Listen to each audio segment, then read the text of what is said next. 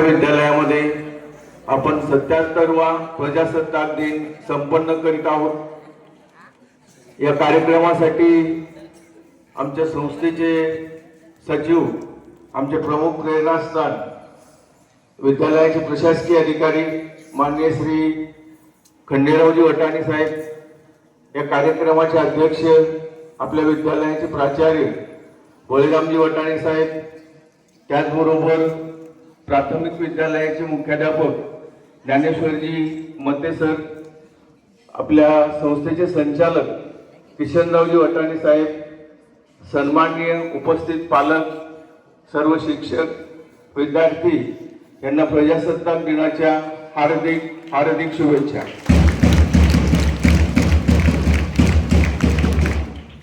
प्रजासत्ताक दिनासाठी प्रजासत्ताक दिन कशाला म्हणायचंय तर प्रजेला सत्ता मिळून खऱ्या अर्थानं आजपासून देशाचा राज्यकारभार सुरू करण्यासाठी ही घटना, हे संविधान आणि देशाला स्वातंत्र्य मिळवून देणारे थोर स्वातंत्र्य सेनानी आपल्या समोर जे प्रतिमेच्या स्वरूपात उपलब्ध आहेत, देशाच्या स्वातंत्र्य चळवळीचे अग्रणी राष्ट्रपिता महात्मा गांधी, त्याचबरोबर भारतीय राज्यघटनेचे शिल्पकार डॉक्टर बाबासाहेब आंबेडकर, या सर्व महान नेत्यांना विनम्र अभिवादन।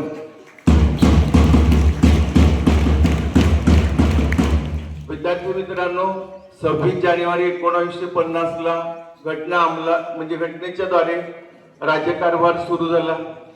त्याआधी आपल्या देशामध्ये संस्थानिक सरंजामदार सरदार यांची एकतंत्री राजवट होती आणि एकतंत्री राजवट म्हणजे जे नागरिक आहेत या नागरिकांना कुठल्याही प्रकारचे अधिकार नव्हते, त्यामुळे विकास संकल्पना खऱ्या अर्थानं अस्तित्वात नव्हती।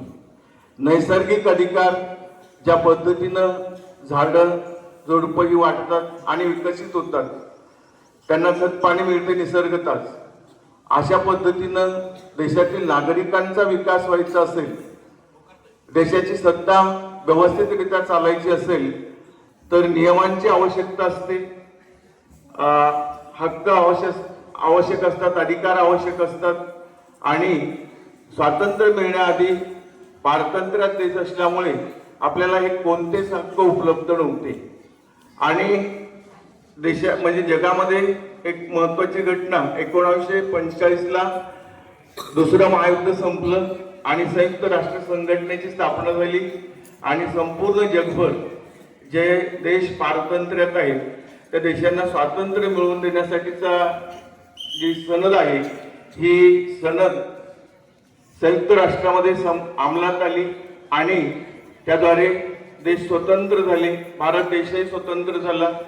26 नोव्हेंबर 1946 ला आपलं संविधान स्वीकृत झालं आणि स्वीकृत झाल्यानंतर हे संविधान कोणत्या दिवशी अंमलात आणायचं तर त्यामध्ये आपल्या इतिहासामध्ये राष्ट्रीय सभेने संपूर्ण देशभर स्वराज्याची शपथ आजच्या दिवशी 26 जानेवारी 1930 या दिवशी घेतली होती आणि त्याच दिवशी म्हणजे 26 जानेवारी 1950 ला आपलं हे संविधान अस्तित्वात आलं आणि या संविधानाद्वारे आपल्या सर्वांना लोकशाही, स्वातंत्र्य, समता, न्याय, बंधुता हे अधिकार संविधानाने दिले।